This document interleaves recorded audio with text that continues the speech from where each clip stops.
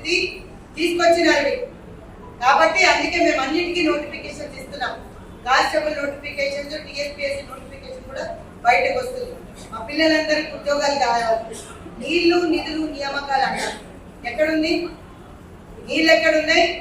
ఈరోజు మేడిగడ్డ చూస్తూ తెలుస్తుంది, కాళేశ్వరం పర్రెలు చూస్తూ తెలుస్తుంది.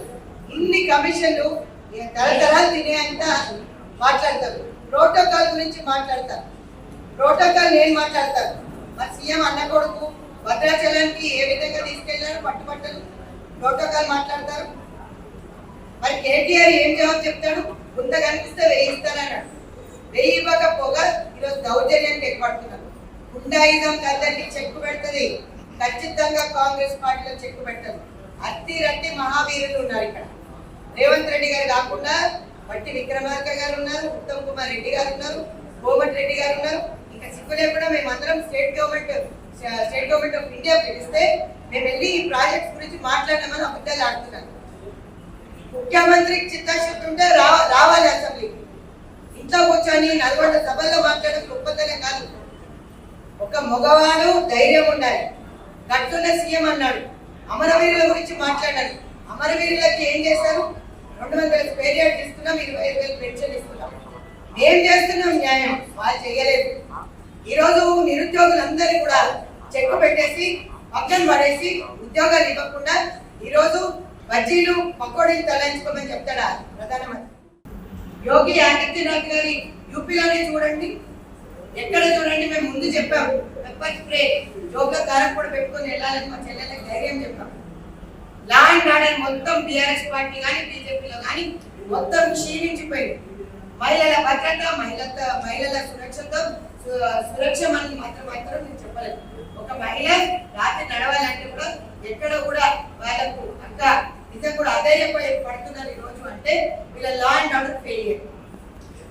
ఈ రోజు మా ప్రభుత్వం వచ్చిన తర్వాత Congress party law and order మళ్ళీ చక్కదిద్దుతున్నారు ముఖ్యమంత్రి మరియు రేవంత్ రెడ్డి గారు. ఈ రోజు ప్రతి ఒక్క పోలీస్ కానిస్టేబుల్ కానీ ప్రతి ఒక్క ఆఫీసరే కానీ కుర్చీలో కూర్చుంటున్నారు, బయట డ్యూటీ చేస్తున్నారు. ఈ రోజు మా చెల్లెళ్ళందరూ బయట తిరుగుతున్నారు, ఎక్కడ కూడా భయపడట్లేదు. అంటే మైనర్ రేప్స్ లో ఎక్కడ కూడా చిత్తశుద్ధి. ఈరోజు బీఆర్ఎస్ బీజేపీ రెండు ఒకటే అని మేము ఎందుకంటాం? ప్రతి ఒక్క బిల్లుకి బీజేపీకి బీఆర్ఎస్ సపోర్ట్ చేసిందా లేదా చెప్పండి. పార్లమెంట్ సమావేశాల్లో ప్రతి బిల్లుని సపోర్ట్ చేశారు. ఏ దాంట్లో కూడా మీకు సపరేట్ కాదు. నిన్న కిషన్ రెడ్డి గారు మాట్లాడుతూ మేము సపరేట్ అంటారు. కల్వకుంట్ల కవితను ఎందుకు అరెస్ట్ చేయలేదని అడుగుతున్నారు. ఉన్న ముఖ్యమంత్రి ప్లేస్ లో ఉన్న డిప్యూటీ సీఎం ని కూడా సిసోడియా గారిని అరెస్ట్ చేసినప్పుడు మరి కల్వకుంట్ల కవిత ఎందుకు మీకు మూటలు వచ్చాయి ఇక్కడ నుంచి అని చెప్పి ఆగుతారని అంటారు. ముఖ్యమంత్రి గారికి ఆ రోజున్న ఆస్తులు ఏంటి, ఈ రోజున్న ఆస్తులు ఏంటి? కేటీఆర్ ఎక్కడుండే ఉద్యమం చేశాడా? ఉద్యమకారులను విస్మరించారు. మా పిల్లలు చదువుకోకుండా చేశారు. మహిళలకు పెద్దపీట వేయలేదు, అందుకే వాళ్ళని పొందబెట్టారు.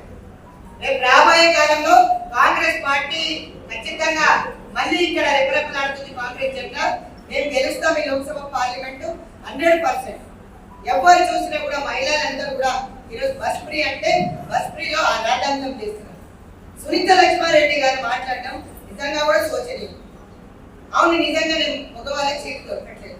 ఈరోజు నిజంగా సామాన్య ప్రజలకు పెద్దపీట వేసింది. కాంగ్రెస్ పార్టీ ఎప్పుడు కూడా పేద ప్రజలతో నడుచుకుంది, పేద ప్రజలతోనే ఉంటుంది. వాళ్ళ సిద్ధాంతాలకు ఎప్పుడు కూడా మేము పెద్దపీట వేస్తాం కూడా. ఈ రోజు ఎంతమంది మహిళలు తిరుగుతున్నారో లెక్కలతో పాటు మా రోడ్ అండ్ ట్రాన్స్పోర్ట్ మినిస్టర్ చెప్తున్నారు.